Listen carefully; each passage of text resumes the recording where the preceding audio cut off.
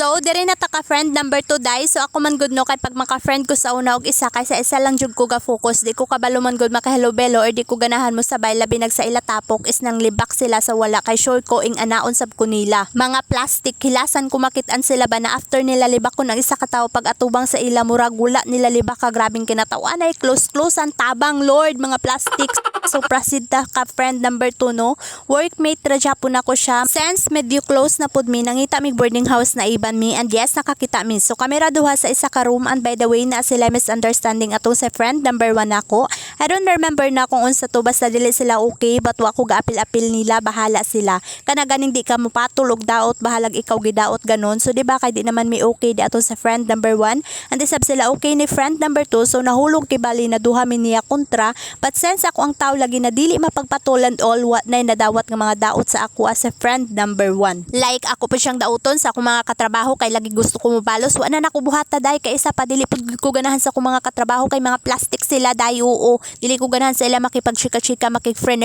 no. So mao na to day naging close jud mi ni friend number 2 as in ako gyud siyang gitreat na as a true friend o di ba wa pa jud ko natagam and sa friend number 1 is magpansin-pansin naman pud noon ako siya a week after guro or 2 months basta pero kay pag ako man good no once giguba nimo akong salig never na ko mosalig nimo true or wala ko'y gana mo pansin pa nimo for what pa diba after kagidaot after kagipasakitan after kagilibak gitridor ano friend ulit ay di na kaplastikan man ang ingana. So balik ta kang friend number 2 day mao na to diba uba naman mi sa kwarto pero literal na damak yun siya day if ma-absent siya sa work pag uli na ako nagkalat ang plato ni kaging ang mga luto nagbanaw ang tubig sa saw way hugas basta kahugaw isya ha mga sanina bisan asa magkalat ako ra kan mamilo sa iha drawer kay magsakit man gasyud akong mata pag hugaw oy. Ako mo ay nahimong tigsunod sa iyang mga kalat day and then naapog ko'y manguyabay which is friend number 2 galanti to hatagatagan ko bisan unsa bat di gasyud to nahubet siya. Wala ko gisugot pero daan pa lang ha ingon ko nga dili ko gusto ko friend lang pero padayon jud siya sa iyang gibati